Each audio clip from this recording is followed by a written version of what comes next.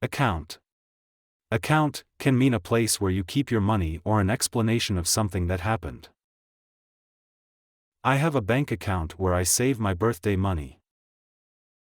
I have a bank account where I save my birthday money.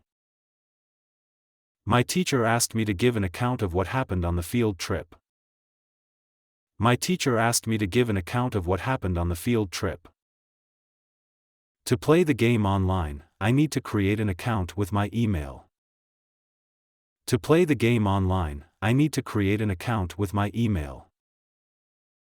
She keeps an account of all the books she reads in a notebook.